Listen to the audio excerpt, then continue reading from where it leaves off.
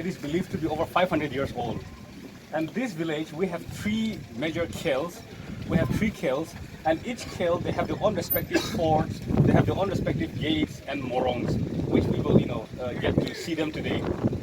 Now, this Khonoma village, the name Khonoma derived its name from a plant called Glaucera fragrantissima, locally known as phono. But however, during our history with the Britishers anglicized Phonome into Khonoma, for pronunciation convenience. When our forefathers came to settle here, they found one particular plant in abundance called phono. So they named this place Phonore, meaning place where phono grows. Now they started to settle and they named themselves Phonome, meaning the people of phono. So now that you are here, you don't longer consider yourself a stranger, but be our guest and welcome to Khonoma once again. So with this, we start our very fast walk to the village. We have gates to show you, we have morungs to show you. So I hope you will enjoy the walk. Yes. And what is the As per the legend says, we have the Ruby will be right. Ruby. So what can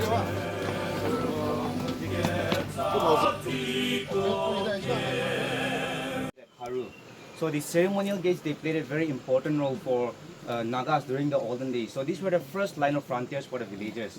So this is the main entry point and the only exit point from the village. So the settlements were always built behind the village gate, not in front of the village gate.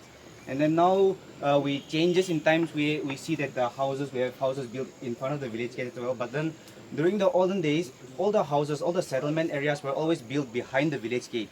So and then the village was, if we were to look at the geographical feature of Khonoma during the olden days, then there were no houses like this back then. It was all just hilly places.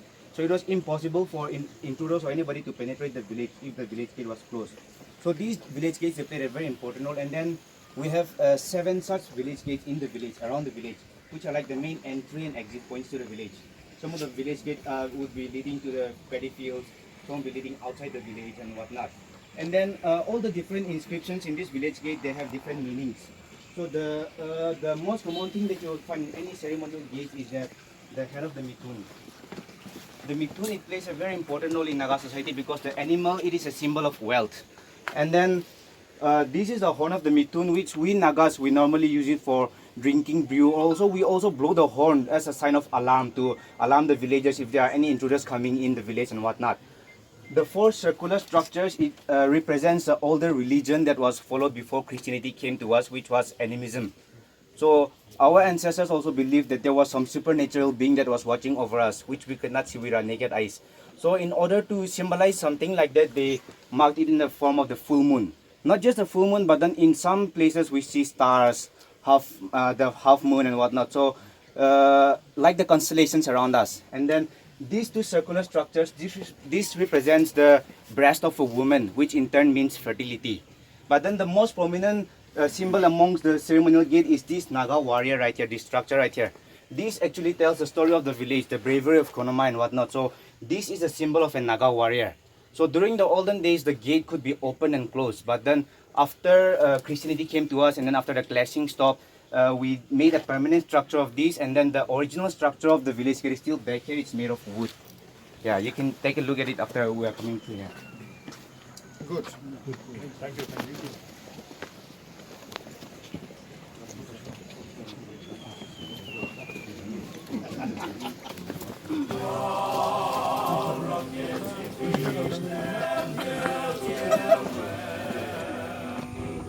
The resource of water is very good. Our note will na pani problem asa.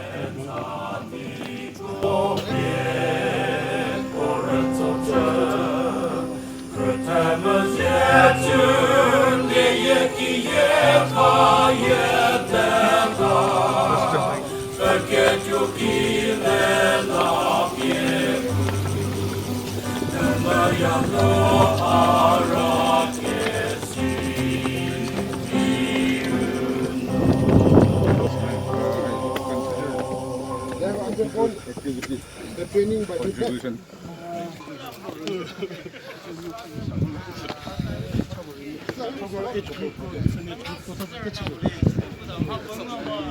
community.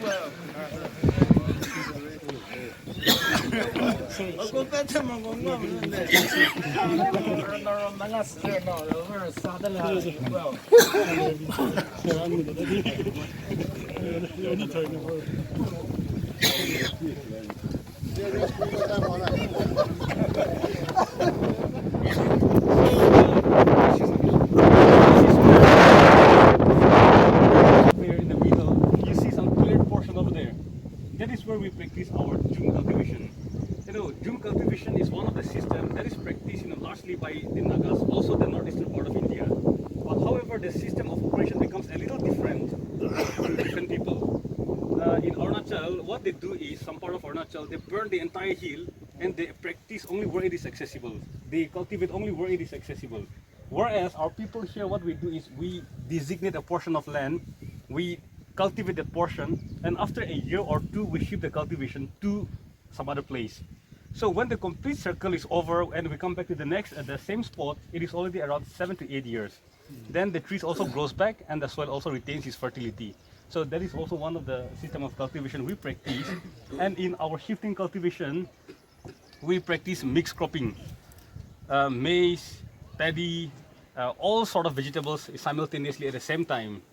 Also, we have a very scientific indigenous method handed to us by our forefathers, which is called elder-based cultivation. We call it pollarding.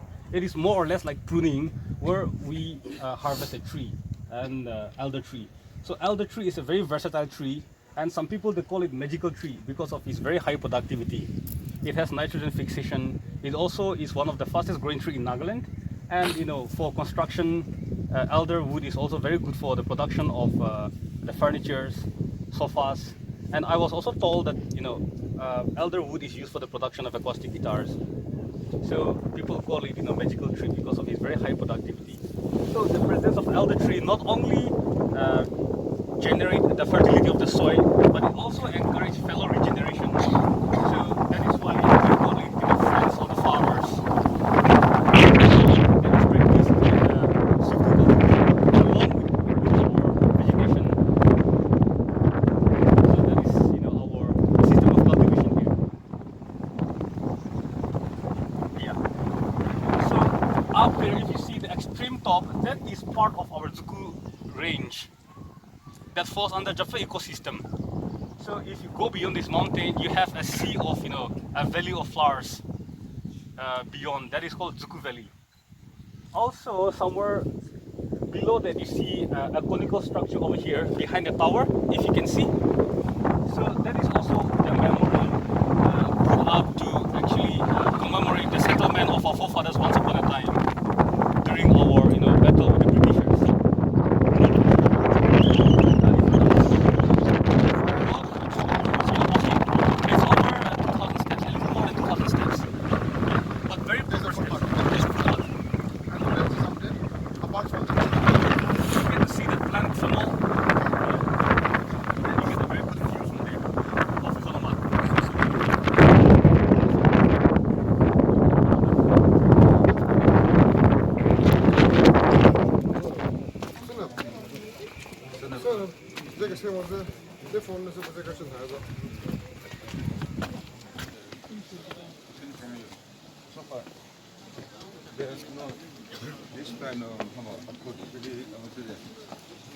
This way or this way?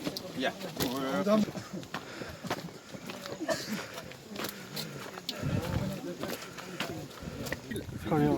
Anyway, welcome. Very much welcome. Morning, sir. Informations were passed out from the forts and also from the morungs, which we'll be seeing later on. And then the compartments that you see down there, when we go down there, we'll be seeing some.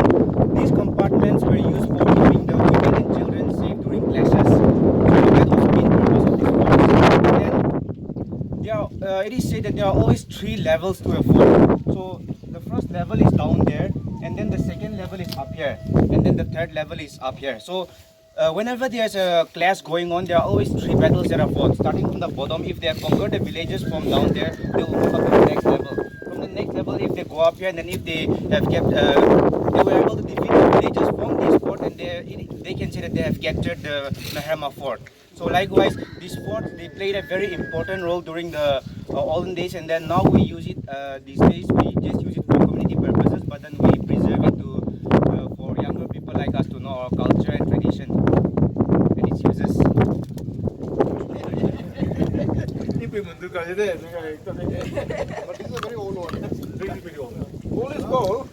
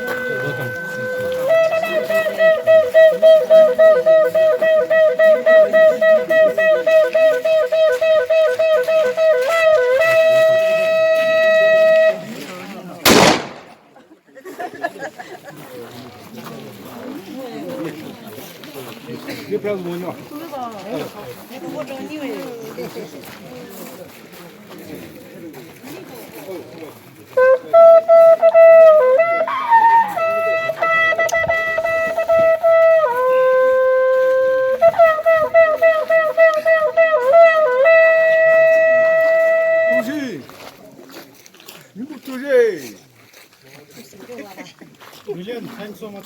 If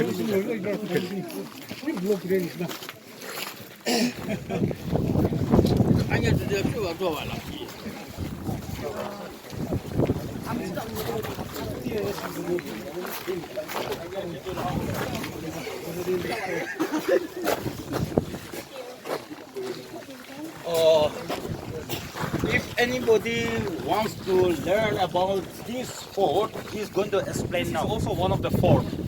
That was the first fort belonging to Naga Hill, and this is another fort belonging to Semamak Hill. And this fort is considered to be one of the strongest forts in the 18th century. So this is also where the fiercest battle between the Khonamians and the Britishers were fought during 1850s to 1790. So if you go up to the, over this fort, you will also get to see, a very good view of our foot hill. And during their time, Khonoma was, a very shy, hidden village, because geographically speaking, everything was surrounded by mountains, and you can only come to this Khonoma except through this opening, which is towards the northern part, this side. So if you go up, you'll be able to see, the ridge that is opening. So whenever enemies come, they usually come from that direction. So this place, since this place offers a very good view, this fort also serves as one of the strongest forts among this village. In this village, also among the northeastern here. So this is Semamak Fort, belonging to the Semamak Hill. And if you turn back, you have one of the monolith over here, where you'll find a description of the forts, the demolition, and then re-establishment of this fort. This fort was demolished 4 times, so you get the information of this fort also here. I've been before. Oh, okay. Those who have not been, they can go and take a look. Yeah, so if you are a first timer, you may come and see the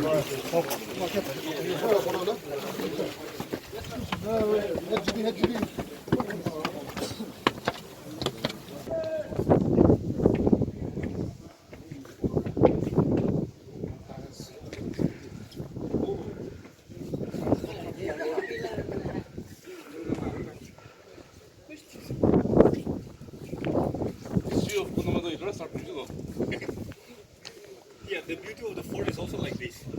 From the first fort, which is Mahama, you'll be able to see only this fort. But from this fort, you'll be able to see both Mahama Fort and Kohima Fort, which is down there. So that is how war signal was also passed accordingly. If you go down to the third fort, you will be able to see only this one again. But from this fort, you'll be able to see both the fort, the Mahama and Thaboma. So this fort served as the receiving point during their time.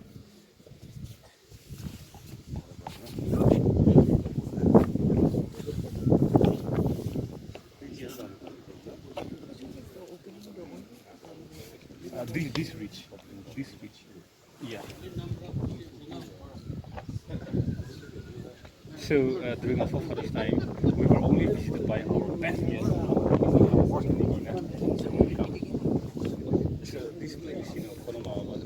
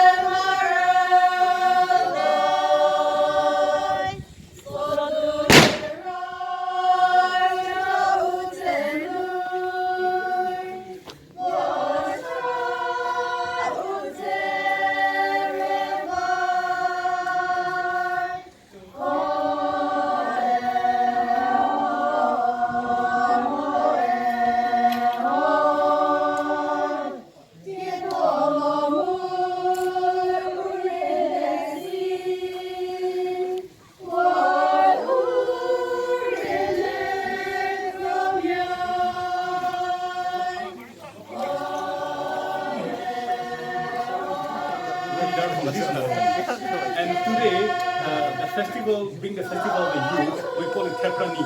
So today, we celebrate with the earnings from our agricultural activities.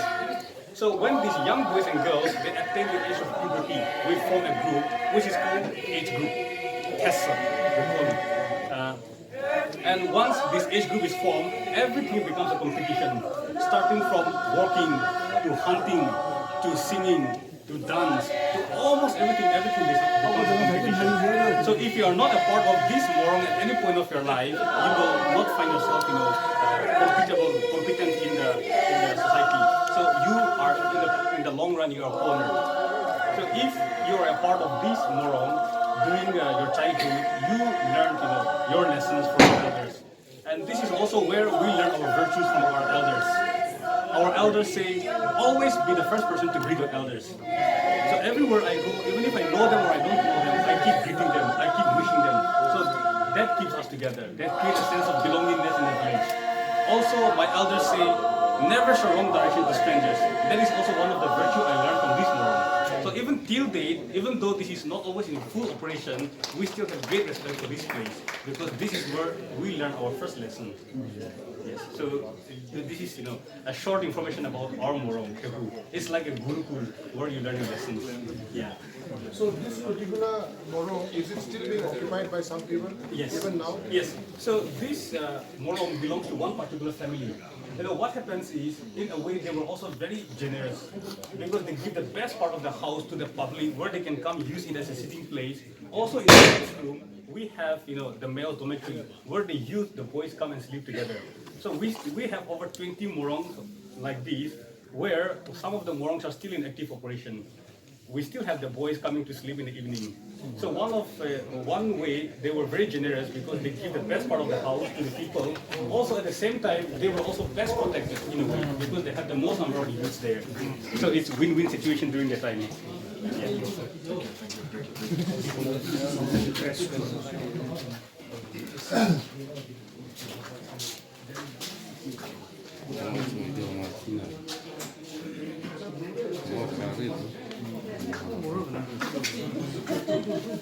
Yeah, so this is the bed. So this is where they sleep together. These have the pillow. Now, one very interesting thing is, when they come to bed, they also do the talking. Okay. We say boys, men don't gossip. It is because of the fact that this pillow is made of a single piece of wood. So even if you're doing the talking part here, your voice vibrates through this wooden bar. Yeah. So this is, and one of the reasons why we sleep together is because if anything happens in the village, because normally during their time, the houses were mostly thatch roofs. It catches fire anytime, enemies come and attack. So if any of those incidents happens, they can rush to the spot and be a part of the rescue team. So that is also one of the reasons why they sleep together. Okay. I think we also have some of the indigenous games happening here. So yeah.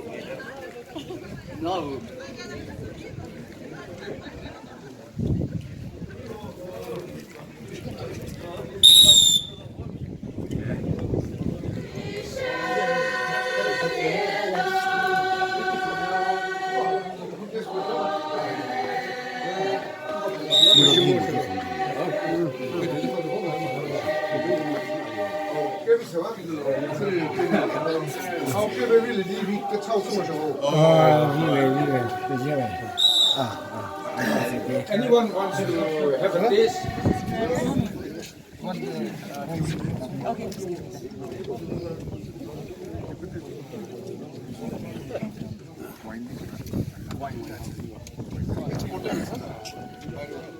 Thank you. It's a It's a very beautiful place. very, very beautiful. People are fantastic. Absolutely amazing. Is this your first visit to First Nagaland? visit. This is first Abu Mehta, he is the advisor of our chief minister. Oh, that's great. Thank you Okay. so much, sir. Very glad to meet you, sir. Can we have a picture with you, sir? Please, I'll take it for you. This is our group of 9 people. Yeah, please. Please, Mumbai. I worked with Shah Rukh Khan, sir. I worked with Akshay Kumar, sir. I am also a product of Maharashtra. Oh, really? I did my graduation from Pune. Oh, that's great. She's from Pune. From a college called Ferguson College. Ferguson, very close to our house, sir. Very happy to see you. Thank you. Yeah, both have Yeah, Mr. and Mrs. Sawant, can we have a picture? Please come. Who will click for them? Hey, he will look at it. This is what wine we are drinking. You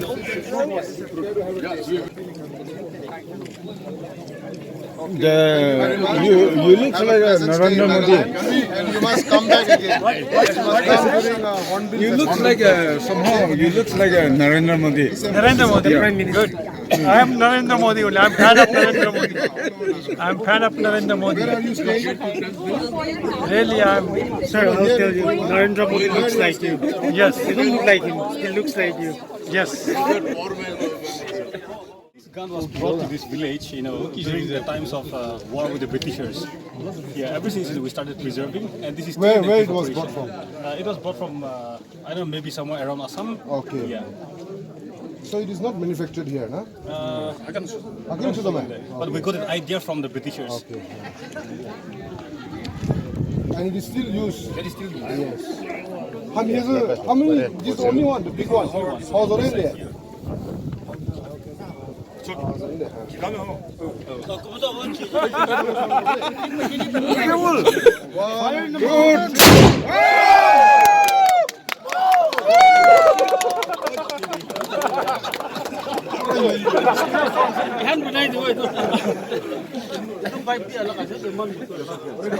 Very thick, no?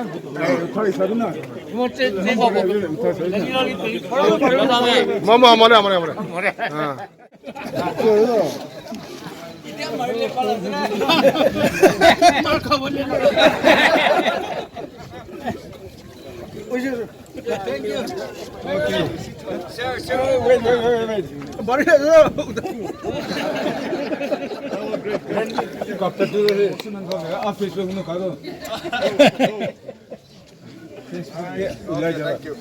Still warm.